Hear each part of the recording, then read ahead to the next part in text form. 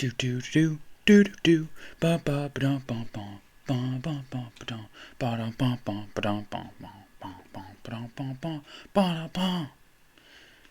Hi everybody, welcome to, not welcome back yet, that'll be tomorrow. Welcome to the very first episode of the JMO show. The JMO show, the Just My Opinion show, hosted by yours truly, Andrew Smith, the only person that you need to be listening to for all of your opinion-based needs in the hockey world, and that's just my opinion.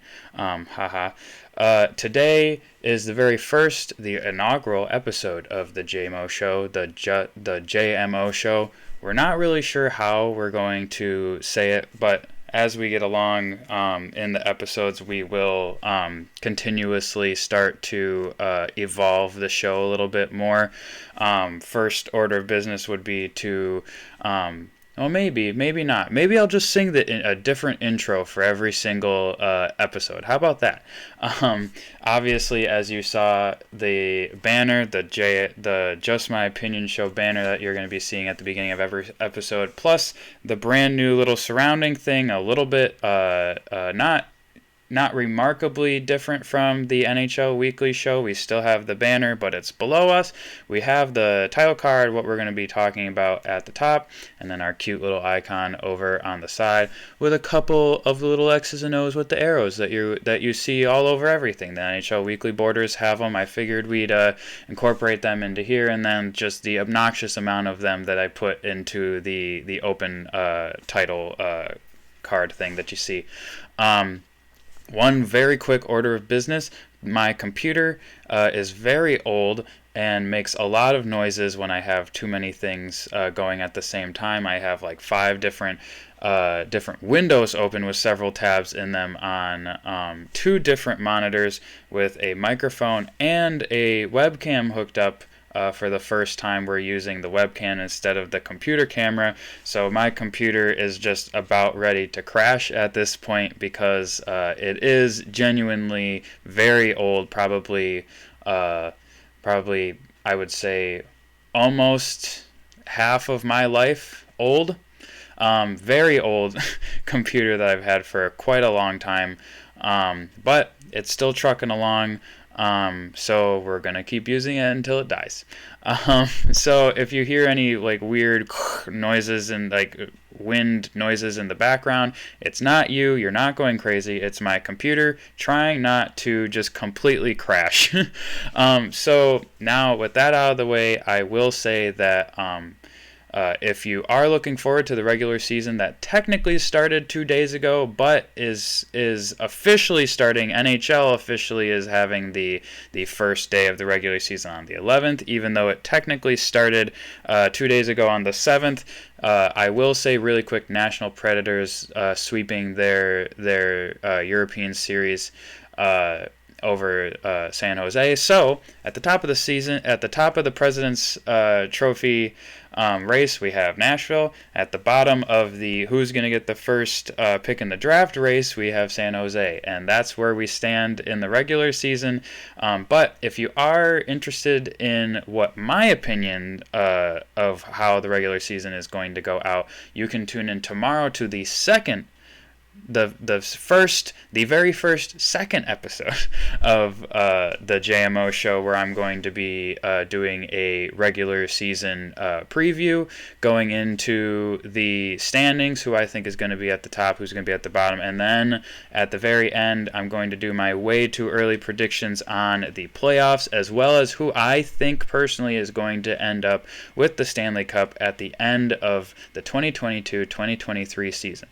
Now, what are we here to talk about on the very first episode officially of the Just My Opinion show? Right above us, we have the 2022-2023 preseason thoughts and review as our topic today. And just one quick thing, we had one extra day. We had two full weeks of preseason games, and then we had yesterday or last night. So I recorded my week 2 of NHL Weekly, the preseason edition. I recorded that yesterday before any of the games started. So just as a quick thing, I'll go over those games really quick. LA, Minnesota, New Jersey, New York Islanders, Ottawa Senators, Seattle, St. Louis, Tampa Bay, Toronto, Vegas, and Washington, all with wins. Anaheim, Arizona, Boston, Chicago, Dallas, Detroit, Florida, and New York Rangers, all with losses. And then Columbus Blue Jackets and the Montreal Canadiens both lost in overtime or shootout. So with those numbers added in with everything else, and one other thing real quick, I might potentially at some point in the future add something right about here that will be like a little graphic maybe showing what I'm looking at, because what I'm going to be looking at is the preseason in full, the last 2 weeks plus yesterday, standings. So at the top of the standings, and bear with me because I'm going to be trying to look between camera and right to the right of it, or to the left if you're watching the video. We've got Minnesota and Seattle, why do I keep saying Seattle? St. Louis. So the Wild and the Blues at the top with 12 points apiece. 7 games played for Minnesota, 8 games played for St. Louis, 6-1 for Minnesota, 6-2 for St. Louis. So for people like myself, a little spoiler, who see Minnesota and St. Louis really challenging Colorado, who, by the way, is tied for 8th technically with 9 points. Colorado, 6 games played, 4-1-1. So they end up with 9 points, not far off. But for anybody that wanted to say that Minnesota or St. Louis could potentially outrun Colorado in the regular season, maybe that gives you a little bit of a hope and a prayer that something like that could happen. It's not a guarantee, obviously, because it's preseason. We've talked about it a little bit on NHL Weekly, but preseason, not necessarily looking at the statistics that we're looking at currently right now with the team standings and the division conference standings, but looking more into what we're going to be talking about in a little bit, the individual efforts of the players, and then obviously prospect pools or prospects and all that kind of stuff. So, like I said, top of the division, 12 points apiece, Minnesota and St. Louis. And then tied for third is Edmonton, New Jersey, Toronto, Ottawa, and Columbus, all with 10 points apiece. 3 of those teams playing 7 games, 2 of those teams playing 8 games. One of those teams being Columbus, 4-2-2, the very first team now who had a shootout or overtime loss, or gone into the shootout or overtime and lost. There's a bunch of other teams obviously that did, but interestingly that we have to go to 7th on our board from top down in order to see somebody who lost in a shootout or overtime. Obviously, we've got people 9 points, 8 points, 7 points, 6 points, 5, 4, and then we'll go with 3 points or less. Philadelphia Flyers with 3 points, Tampa Bay, Chicago, and Montreal, with 2. Arizona with 1 point. Interestingly, Montreal technically never won a single game in the preseason, but still tied with Tampa Bay and Chicago with 2 points. They lost twice in overtime, getting them those 2 points. Arizona, obviously, 1 point, lost in overtime once, lost all other games. And then you've got Tampa Bay and Chicago, each with 1 win apiece. Tampa Bay losing 4 games, Chicago losing 5 games. Philadelphia 1-4-1, played 6 games, only won 1 game. So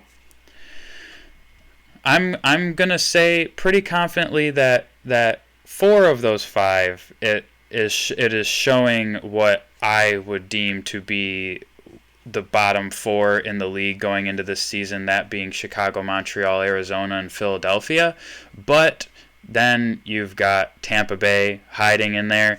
I'm going to go out on a limb and say that Tampa Bay is not going to be this bad in the regular season, or especially not this bad in the playoffs. But you never really know.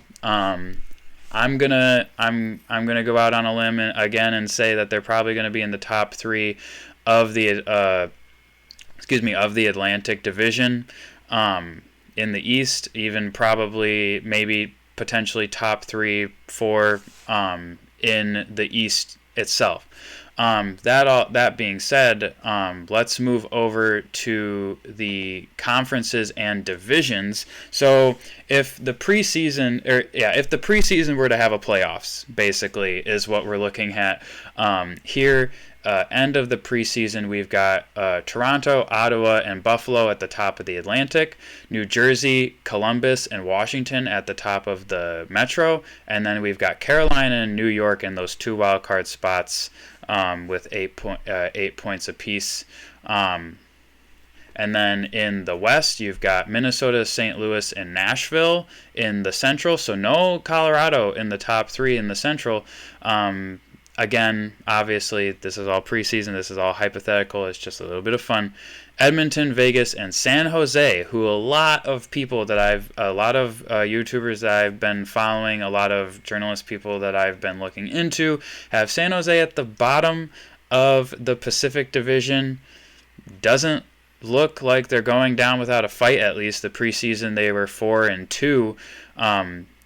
Just slightly better because they are alphabetically above Seattle, or Seattle would be in that spot instead of San Jose, which obviously with a small stats pool like this, a lot of these teams only playing 5, 6, 7 games, a couple, I think 3 or 4, 5, 6, 7 teams playing 8 games apiece, and a couple of them only playing 5. Obviously, San Jose and Nashville not playing as many as everybody else because they were over in Europe. So, and then Colorado and Winnipeg are taking up those last 2 wildcard spots in the Western Conference. So, who were right below that wild card spot? We've got 3 tied with 6 points. In the East, we've got Boston, Pittsburgh, and Detroit. And then in the West, tied with 8 points is Seattle, Anaheim, and Calgary. Now, Seattle, Anaheim, and Calgary, and San Jose,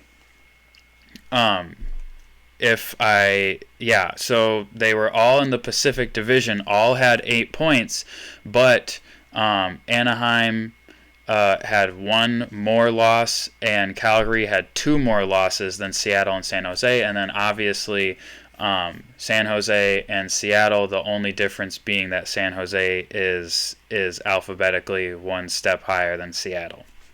So, in my opinion, if that were to happen in real life, like if the end of the regular season, something like that were to happen, have those 2 teams play maybe a best of 3 series, just to figure it out, because going by alphabetical order is not the way you're gonna want to get into the Stanley Cup playoffs, especially when the first team you're playing would be Vegas in this scenario.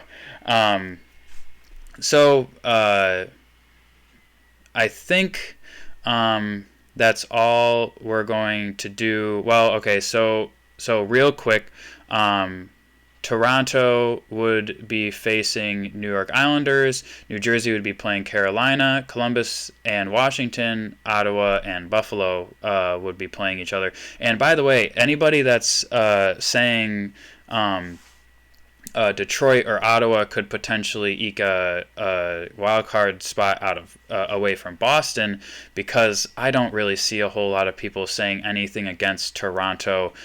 Tampa Bay or Florida not being in the top 3 in the Atlantic, which makes it really, really difficult when you have 3 juggernaut teams like that for literally anybody else to even make a step forward. So that step forward would be to try to get at least one of the wild cards, if one of the wild card spots, if not 2. And again, I will do another little spoiler for tomorrow, or a little preview for tomorrow. I don't think past those top 3 teams in the Atlantic, it actually, in the grand scheme of things, matters who gets 4th, 5th, and 6th between Boston, Detroit, and Ottawa. I don't really see a whole lot of people gunning for Buffalo to make that jump, but you never know. It could Montreal could make that jump. You honestly never know anything like that. In the West, it would be Minnesota against Winnipeg, Edmonton versus Colorado, St. Louis versus Nashville, and Vegas versus San Jose. No battle for Alberta this time in the playoffs. In the preseason, Calgary finishing tied with Anaheim and Seattle for 3rd in the wild card. So interesting numbers there for the team efforts and all that kind of stuff. But we're gonna move over to what I would consider to be the more important numbers, and what I would assume every team would be considering to be the more important numbers: the points, assists, and goals numbers. I'm sure there's other numbers like maybe time on ice, shot percentage, all that kind of stuff that would garner a little bit more of something to be able to look at when you're looking for people to help boost your team. But at the top of the goals, we'll start with goals first. Chinnikov, who was plaguing me yesterday, is at the top of the goals with 6, and then we got a bunch of people tied for second with 4 goals apiece. I'll go over the ones with the least amount of games played. So Daniil Gushin with 2 games, 4 goals, and then the most is let's see, Holloway, Dennis Malgin, Shane Pinto, and Gabriel Vilardi, all with 6 games played with 4 points. So very impressive for Dushin, who was at the top of the first week. Obviously, Yeager, Chinnikov. I know I'm butchering that. Sorry about that. But all with at the top of this last week's. So not a whole lot I can really talk about those because they're all kind of tied. You need you need parity. You need more games played. You need more games played per team, but also per player. You also need more ice time for which is going to come with the more games and stuff like that, more shifts, and that parity is really gonna start to show itself when the regular season starts, because obviously the first week or even month, 2 months is going to look like what we're seeing in the regular season. One guy maybe at the top with a bunch of people tied for second, and then you've got everybody behind them. But once maybe one of those people gets hurt, maybe one of those people was hurt and are feeling better, so they're getting more points and stuff like, and any number of different reasons for somebody's numbers to fluctuate. Assists, however, we're looking a little bit better in the assists. We've got Marco Rossi, center from Minnesota, 6 games played with 7 assists. Pretty obviously over a point per game. Timo Meier with 2 points a game, 3 games played, 6 assists, very impressive. Andrew Peak, Matt Duchene, two games played with 5 assists. That is absolutely crazy. I don't see anybody else with a better stat than that. And then we've got Johnny Gaudreau, Mark Giordano, Nicholas Robertson, and Braden Shen, all with 5 assists as well. So, and then a bunch of people with 4.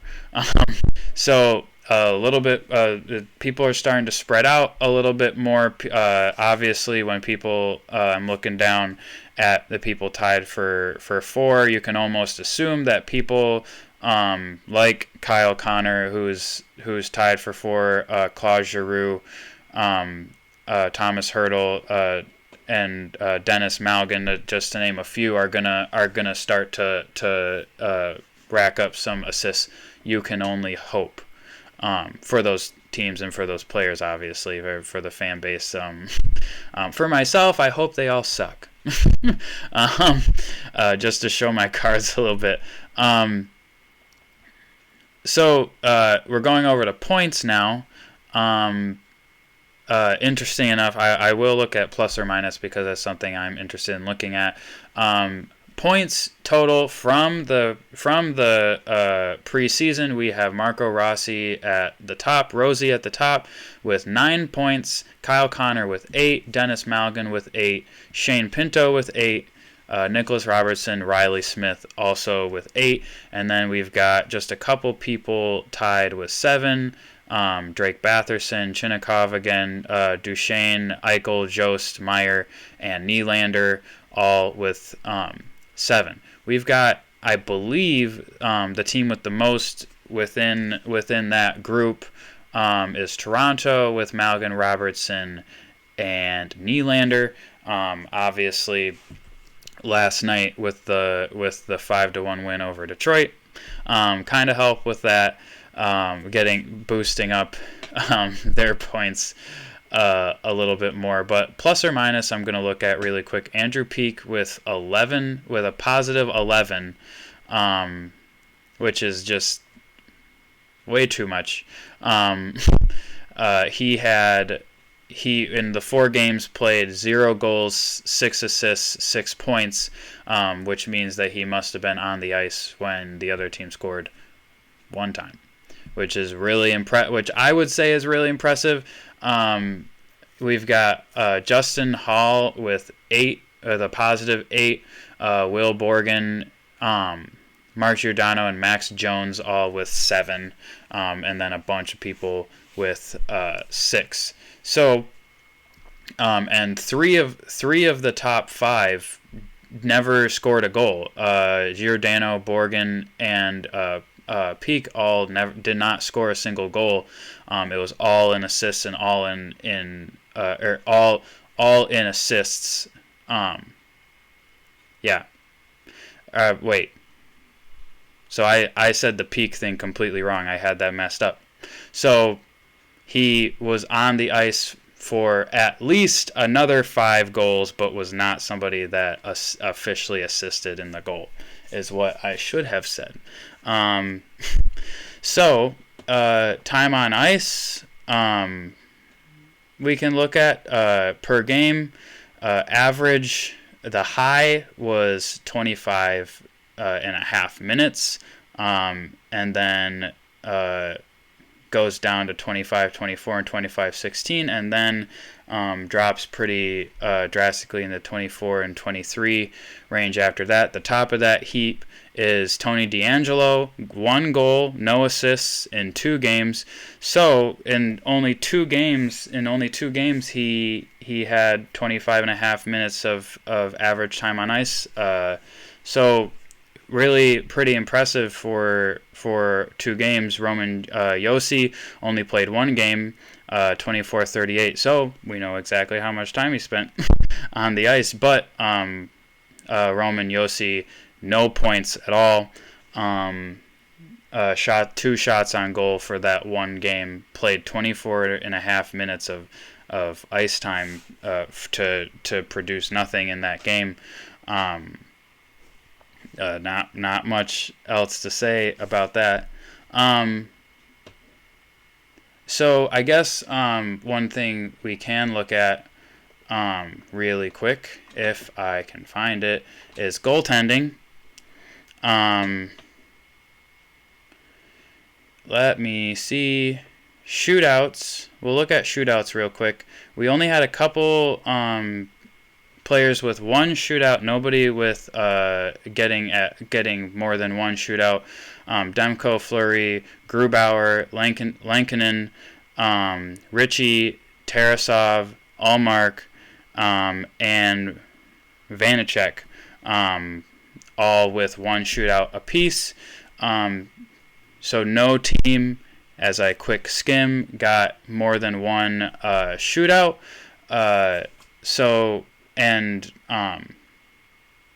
Looking really quickly, wins. Just looking for some things that might be interesting to look at. Wins, Vanacek with 4 wins in 4 games played, so no losses for Vanacek for New Jersey, which is probably why New Jersey was 5-2.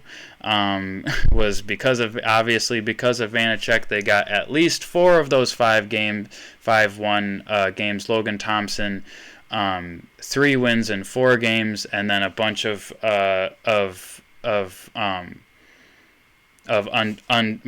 five more undefeated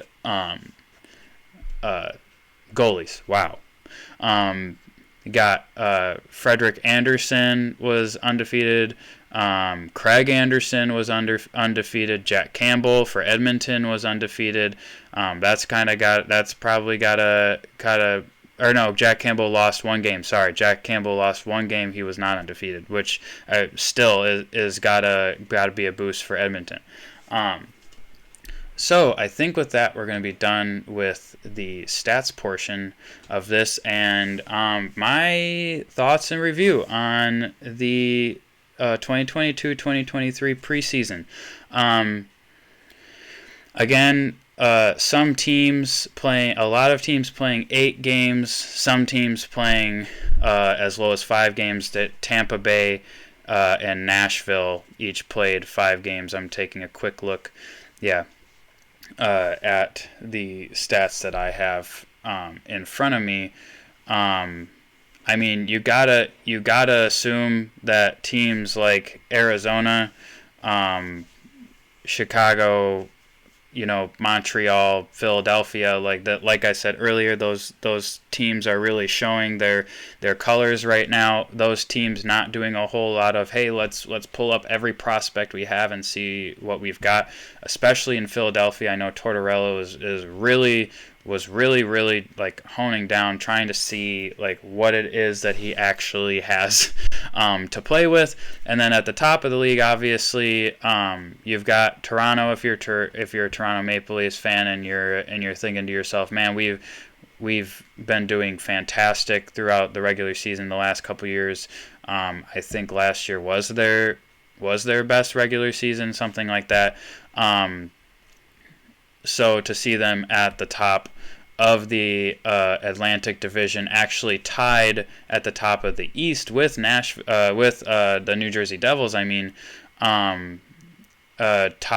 because Ottawa and Columbus also had 10 points apiece, but Ottawa and Columbus having couple more losses, or in Columbus's case having a couple more shootout losses, getting those extra points out of going to overtime and still losing.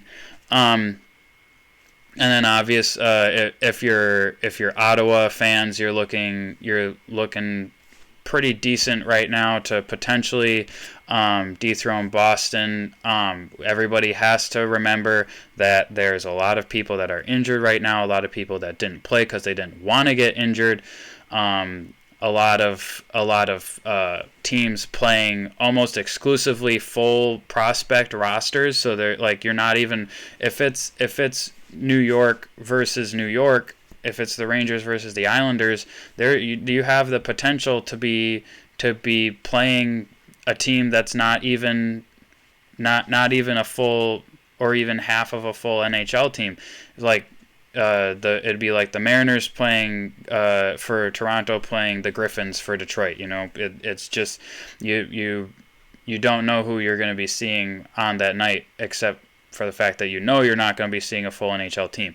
That's why I'm really, really excited for the 11th to finally start to get to see some games that in the grand scheme of things actually matter quite a bit more than these preseason games. Not to say that preseason games don't matter. I've said this a million times already in the versioning of this show, of this channel, I should say. I've only done 4 videos, including this one, and I've already said a million times, preseason is not about points. It's about looking at the prospects that you have, whether it's somebody that's been on your team for 10 years or somebody that's been a part of the organization for 10 days or since the draft.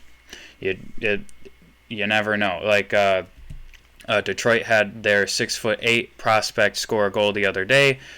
Really impressive goal. Really, really great to see a young guy like himself showing off his height and his hand skills. Like the goal was awesome, but like I still don't see him being a part of the Red Wings main roster. I guess I'll call it. But other than that, I don't really have anything else to say except for that I'm really, really, really excited for the regular season to start. Formulating some more ideas for this channel itself.